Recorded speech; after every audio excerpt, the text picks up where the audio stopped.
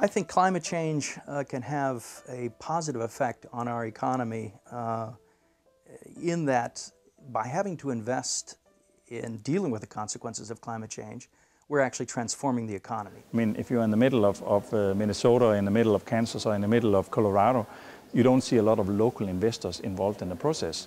But you see Enel, the Italian energy company, erecting wind turbines in Kansas, which is, I mean, for me, strange that you in America invite foreign investors to raise wind turbines, where you could do it yourself. The American Solar Energy Society, in a recent report, says that we can net up to 4.5 million new jobs as a result of green investments by the year 2030. And these kinds of jobs are involved in construction, in farming, in professional services, in the public sector, in retail, truck transportation, fabricated metals, electrical equipment. Many of these jobs are jobs involved in activities here and don't necessarily get outsourced. Fear of change is what's keeping us from making the kind of shifts we need to make.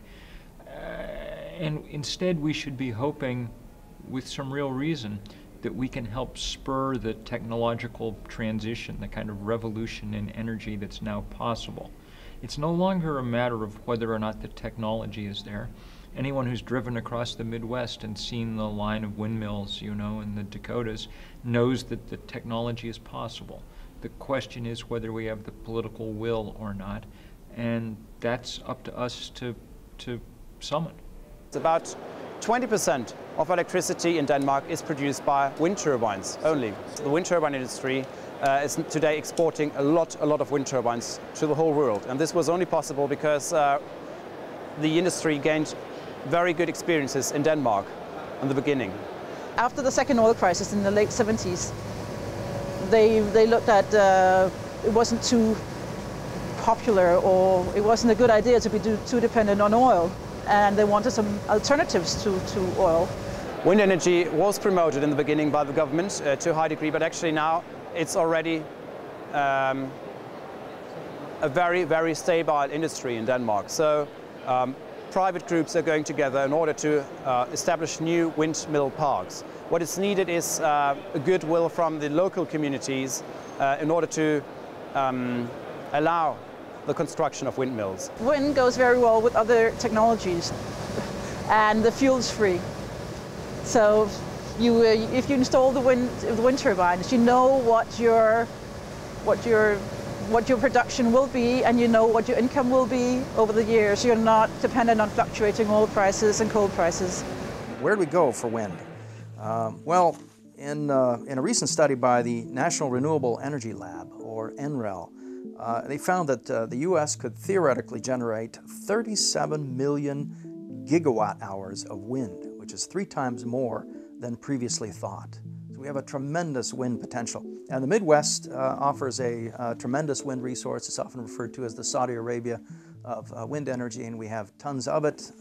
It's just that we don't have a smart grid, which is something that's been touted to take advantage of these wind resources. So I think we're going to have to develop a better grid infrastructure to handle this wind energy potential. The government is facilitating the process, especially in order to allow companies to build these wind turbine parks. But there are not that many subsidies needed anymore, because it is already a very strong industry, actually relying very much on the export to other countries.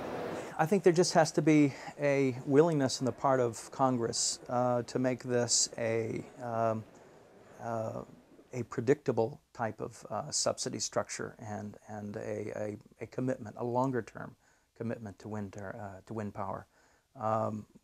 What we've done thus far, of course, is to say wind power, you're on your own, go out there and be as efficient as you can be, and be the low-cost source of energy that you can be. The problem is, with the subsidies given to the fossil fuels in our country, that gives them a price advantage. Plus, the emissions that are generated by burning coal are not, there's not a price on those carbon emissions, and as a result, those pollutants aren't included in the price of electricity. There's great things happening in the United States. I mean, as our wind turbine industry is for sure really starting to take off.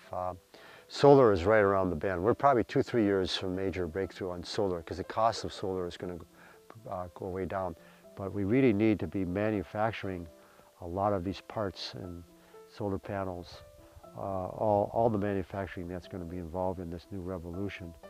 The more we can manufacture at home, our tendency is to buy it from China. Solar energy is a renewable resource. We can count on the sun being present a majority of the time, ready to give us energy and light. Solar cells are completely silent. They extract energy from the sun without polluting, and they require very little maintenance. There are more and more states that are investing in solar. And it's interesting because even in the red states that see these things as sort of environmental issues, even in those states, they are starting to just simply look at the practical effects of the revenues that they can get from investments in solar power and investments in other renewable energy. So that's a good thing. I think politically it's a good thing that people are starting to not seeing it as a granola chewing environmentalist sort of an interest, but it's simply a commonsensical way of generating power. And that's the way it really ought to be looked at. Wave energy is very interesting because on the west coast of Denmark you have high waves and you have a lot of waves, practically speaking, all year round. What you're standing on right now is a floating power plant. The backbone in our power plant is a triangular foundation that is semi-submerged, like an iceberg, 80% below, 20% above waterline. We have a wave energy section where we have special designed floats that are moving up and down with the waves. The floats are creating a water pressure and a water flow that is generating activating a turbine and a generator, and via a monopile we are distributing energy to the households ashore. Algae is by far the best source of oil, kind of a bio-oil. Most of the oil we're harvesting from the deep earth right now came from algae that lived millions of years ago. Algae are the fastest growing plants because they're single cells and they don't have stems or roots or leaves or flowers. I mean, they're single cells. And they grow very fast and they produce oil as a storage product. Electric car engines are more efficient than combustion engines. Even if you power an electric car with electricity produced by coal, the greenhouse gas emissions are still 50% lower than that of a fossil fuel-powered car. With electric cars, there is also the potential that these emissions will drop to nearly zero as more of our electricity is supplied by renewable, clean sources. We need to develop all of these different types of technology because we need a whole portfolio of solutions. We should have been developing all these technologies all along because it's silly to have all your eggs in one fossil fuel basket, particularly because of the dependency on these energy sources. We can learn from places like Denmark and Sweden that there's nothing scary about the transition away from fossil fuels. I know for sure that a lot of people in the world are looking to the United States for innovative solutions, and we've always done that. We are probably still the world's best innovators. Our first impulse is always to do something practical, change the light bulb. It's good. But we're past the point where you can make the math work one light bulb at a time. If you really want to make a difference, there's no choice but to become politically engaged. It's a good thing to screw in a light bulb. It's a better thing to screw in a new policy, you know. That's what we have to do, and we have to do it fast. Maybe eternal growth is not the way. Maybe you should kind of look at other values in your life that you can actually activate a cultural side of life that is more interesting than just consuming more. We have been trained to waste resources because it's good for the economy.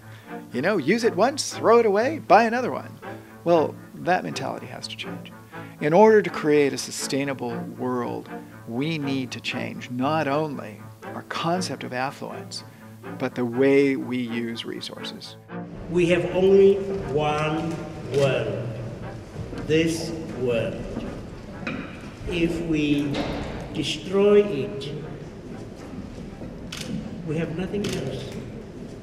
We should talk about, as people, what kind of a lifestyle we actually want to live here.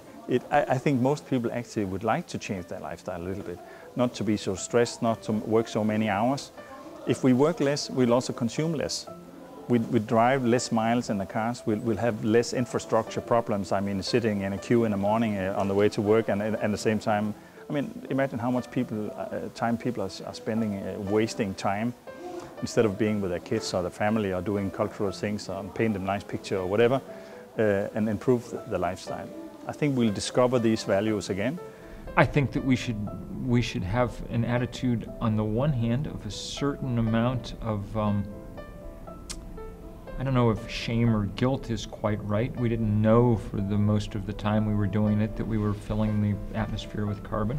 But we certainly should have a sense of responsibility that more than any other nation, we've accounted for the fact that the world's climate is changing. I mean, this is you know, sort of a responsibility of us as human beings, as stewards of the planet, but also as people now who have reached proportions in numbers that we're having such a huge impact on the Earth that we have to start behaving in a completely different way if we're going to continue to be the stewards of the Earth and to have the civilized world that we've created for ourselves. Although COP15 did not satisfy the enormous expectations that many had leading into the conference, it still brought nations and their citizens together in an effort to combat climate change. In essence, strangers were helping strangers achieve a common goal. Each one of the individuals that you have seen in this film has dedicated their life to promoting a more sustainable world. As you have seen, the issue of climate change can be complicated, and finding a solution to the problem cannot be done without participation on the individual level. Each and every one of us can educate both ourselves and others. Through awareness comes change.